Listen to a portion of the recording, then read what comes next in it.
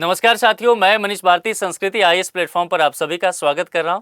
साथियों, जैसा कि हम सभी जानते हैं कि जो लोग भी सरकारी नौकरी प्राप्त करना चाहते हैं उनको बार बार अलग अलग परीक्षा का फॉर्म भरना पड़ता है, अलग अलग परीक्षा देना पड़ता है।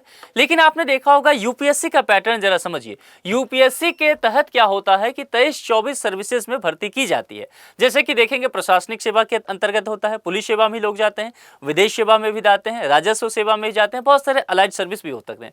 लेकिन इन सब के लिए एक ही एग्जाम होता है और रैंक के आधार पर अलग अलग सर्विस में भेज दिया जाता है। यह तो रही यूपीएससी की बात। विभिन्न पीसीएस की बात करेंगे तो उसमें भी ऐसा ही देखने को मिलता है। अब इन सब चीजों को ध्यान में रखते हुए, प्रशासनिक दृष्टिकोण से सहूलियत को देखते हुए, कैंडिडेट को बहुत नुकसान ना हो जाए, इन सब चीजों को देखते हुए मध्य प्रदेश की सरकार ने एक महत्वपूर्ण फैसला लिया है और निश्चित तौर पर आने वाले समय में यह फैसला अन्य राज्य की सरकार को भी प्रभावित करता हुआ नजर आएगा। तो छात्रों के लिए बेहद महत्वपूर्ण यह फैसला है। क्या है, देखिए, मध्य प्रदेश सरकार इस बात को लेकर के तैयारी कर रही है कि अब सभी सरकारी नौकरियों के लिए एक ही परीक्षा होगा। जैसे कि यूपीएससी में होता है, आईपीएस बनना है तो आप अलग से एग्जाम नहीं देते हैं, है ना। एक यूपीएससी का सिविल सर्विसेज एग्जामिनेशन देते हैं, रैंक के आधार पर तय हो जाता है कि आपको कौन सा सर्विस मिलेगा। यानी कि यूपीएससी के तर्ज पर ही ये सरकार कोशिश कर रही है कि छात्रों से एक ही परीक्षा लिया जाए और रैंक वगैरह के आधार पर जो है विभिन्न सर्विसेज में दिया जाए। आज सभी जगह देखेंगे न्यूज़पेपर में यह चीजें आपको देखने को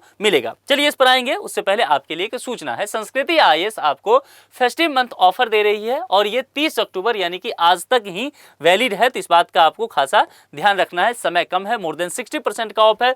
विभिन्न कोर्सेज पर यह ऑफ आपको देखने को मिलेगा। आसान ईएमआई की सुविधा आपको इसमें देखने को मिल रहा है और देखिए, ये संपर्क सूत्र दिया गया है, इस पर कांटेक्ट करके अधिक जानकारी ले सकते हैं और फिर अपने मनचाहे कोर्स में आप नामांकन करा सकते हैं। जरा आप लौटते हैं अपने मुद्दे पर। यूपीएससी की तरह ही प्रतियोगी परीक्षाओं से चयनित होंगे सभी वर्ग के कर्मचारी या फिर अधिकारी। 2 लाख नए पद सृजित होने की भी बातें की गई है। जरा विस्तार से देखते हैं कि मध्य प्रदेश सरकार इन सब चीजों को लेकर के क्या तैयारी कर रही है।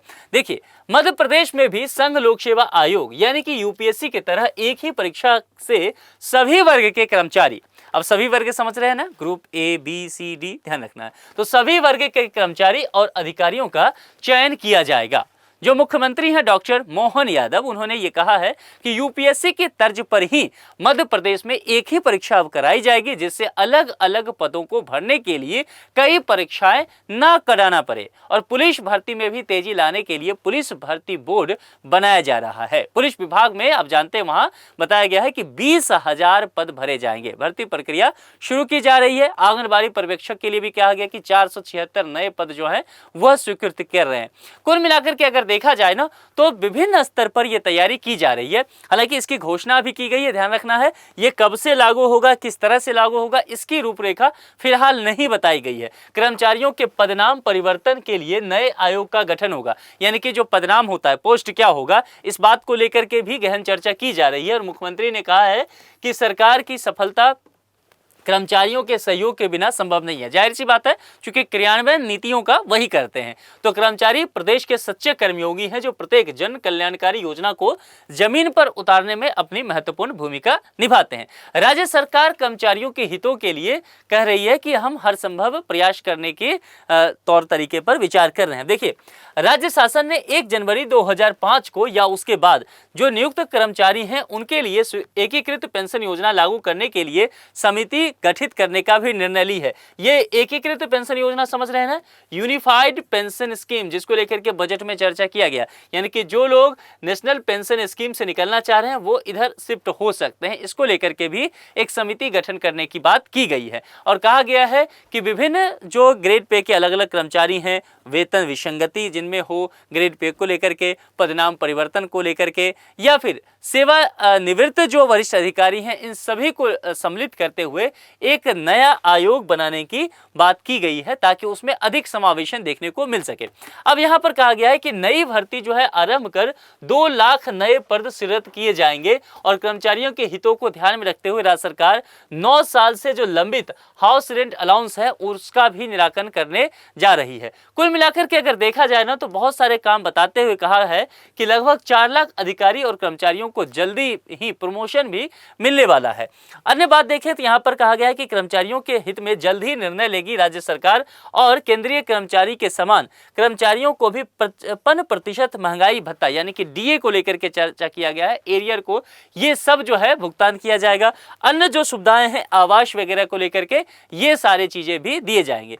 नए 300 से अधिक आवास भी बनकर के तैयार हैं जिनको अलॉट करने की बातें यहां पर की गई है। इसके अलावा अगर यहां ध्यान देंगे तो मध्य प्रदेश में पिछले 25 वर्ष की अगर बात की जाए तो भर्ती एजेंसियां लगातार बदलती रही है। मध्य प्रदेश में पिछले 25 साल में देखा जाए तो नई नई एजेंसियों का गठन हो चुका है, लेकिन फिर भी करप्शन के मामले नहीं रुकते हुए नजर आ रहे हैं। अगर आपको ध्यान होगा तो पिछली सरकार में तृतीय और चतुर्थ श्रेणी कर्मचारियों की भर्ती, जिसको मिनी पीसीएस कहा जाता था, जैसे पीसीएस होता है अधिकारियों के लिए ना, तो तृतीय चतुर्थ वर्ग के लिए मिनी पीसीएस जिसको कहते थे, उसमें आपने देखा होगा कि इसके लिए अलग एजेंसियां, उसमें भी करप्शन के मामले सामने आए। इसके बाद जो है मेडिकल और इंजीनियरिंग की प्रवेश परीक्षा, जिसको व्यावसायिक परीक्षा मंडल कहा जाता था, यानी कि शॉर्ट में आप नाम जानते होंगे व्यापम, और व्यापम जैसे ही आपने सुना होगा आपको ध्यान आ गया होगा कि कितने बड़े स्तर पर करप्शन हुआ था। तो ये सारी चीजें देखने को मिला, लेकिन 2013 में ये सब घोटाला हुआ और उसके बाद इसका व्यापम का नाम बदला गया, पीई भी रखा गया, यानी कि प्रोफेशनल एग्जामिनेशन बोर्ड कर दिया गया। लेकिन समस्या वो की बनी ही रही। कर्मचारी चयन मंडल के जरिए भी भर्ती कराई जा रही है। कई भर्ती परीक्षाओं का जिम्मा जो है एमपी ऑनलाइन को भी दिया गया है। अब देखा आपने कि कई सारे यहां पर भर्ती परीक्षाएं हैं। अब इन सब चीजों की वजह से सरकार को जितने भी मैंने चीजें बताई, चाहे वो पेंशन की बातें हो, विभिन्न तरह की सुविधा देने की बातें हो, कर्मचारियों को लेकर के विभिन्न तरह की परेशानियां झेलना पड़ रहा है। तो सरकार चाह रही है कि एक एकीकृत व्यवस्था यहां पर तय कर दी जाए और इन सब चीजों को लेकर के कहा गया कि 1 जनवरी 2026 जो होगी, वर्ष में एक बार परीक्षा। तो आप लोग जान लीजिए ये चीजें 1 जनवरी से शुरुआत की जा रही है 2026 से, तो बहुत अधिक समय भी नहीं है, यानी कि 2 महीने के बाद ही ये किया जाएगा। संघ लोक सेवा आयोग यूपीएससी की तर्ज पर वर्ष में केवल एक बार परीक्षा होगी और सभी श्रेणी के पदों के लिए प्रवीण सूची बना ली जाएगी। परीक्षा सूची भी एक ही रहेगी। जनवरी 2026 से भर्ती चयन की यह प्रक्रिया चालू करने की तैयारी है और राज्य लोक सेवा आयोग पीसीएस और कर्मचारी चयन मंडल के माध्यम से होने वाली भर्ती परीक्षाएं अब बार बार नहीं ली जाएगी। यह भी समझ लेना है। तो जनवरी 2026 तो केवल 2 महीने का समय यहां पर है। जो लोग भी तैयारी वगैरह एग्जाम का कर रहे हैं वो थोड़ा सा मेहनत करना शुरू कर दीजिए। प्रदेश में द्वितीय और कार्यपालिका तृतीय श्रेणी के पदों की भर्ती पीसीएस के माध्यम से होती है। तृतीय और चतुर्थ श्रेणी के लिए कर्मचारी चयन मंडल जो है वो परीक्षाएं कराता है। अभी देखेंगे जैसे जैसे विभागों की ओर से पद उपलब्ध होते जाते हैं वैसे वैसे दोनों एजेंसियां अपने कैडर के हिसाब से परीक्षाएं आयोजित करते रही है। नई प्रक्रियाओं में युवाओं को बार बार फीस भी देना पड़ता है, तो एक समस्या से और भी बचत हो जाएगा कि बार बार फी नहीं पे करना पड़ेगा आपको। अलग अलग परीक्षा की अलग अलग तरीके से सिलेबस होते हैं, उसकी तैयारी नहीं करनी पड़ेगी। अलग अलग डेट होता है, मान लीजिए कहीं और, जैसे कि बहुत सारे बच्चे अब ग्वालियर इंदौर रह करके पढ़ाई करते हैं, बिलासपुर रह करके पढ़ाई करते हैं, दिल्ली चले आते हैं। एग्जाम के समय बार बार उन्हें जो है मध्य प्रदेश में जहां जहां उनका सेंटर होता है वो जाना पड़ता है। इन सब समस्याओं से 1 जनवरी 2026 के बाद जो है आप सभी मध्य प्रदेश के जितने भी छात्र हैं वो बच पाएंगे। तो जितने भी लोग देख रहे हैं, क्या लगता है कि बाकी राज्य सरकार को यह फैसला लेना चाहिए अब, और केंद्र की सरकार भी विभिन्न परीक्षाएं अलग अलग समय पर कराती है, क्या एकीकृत परीक्षा कर देनी चाहिए? क्या लगता है आपको? और मध्य प्रदेश को जो युवा हैं जो तैयारी वगैरह कर रहे हैं वो भी अपने विचार जरूर बताएं। और दूसरी बात, क्या आपको लगता है कि इन सब का प्रभाव अन्य राज्य सरकार पर पड़ेगा? अपने विचार कमेंट बॉक्स में लिख करके हमें जरूर बताएं। आज के लिए इतना ही। जुड़ने के लिए आप सभी का बहुत बहुत शुक्रिया। Thank you so much.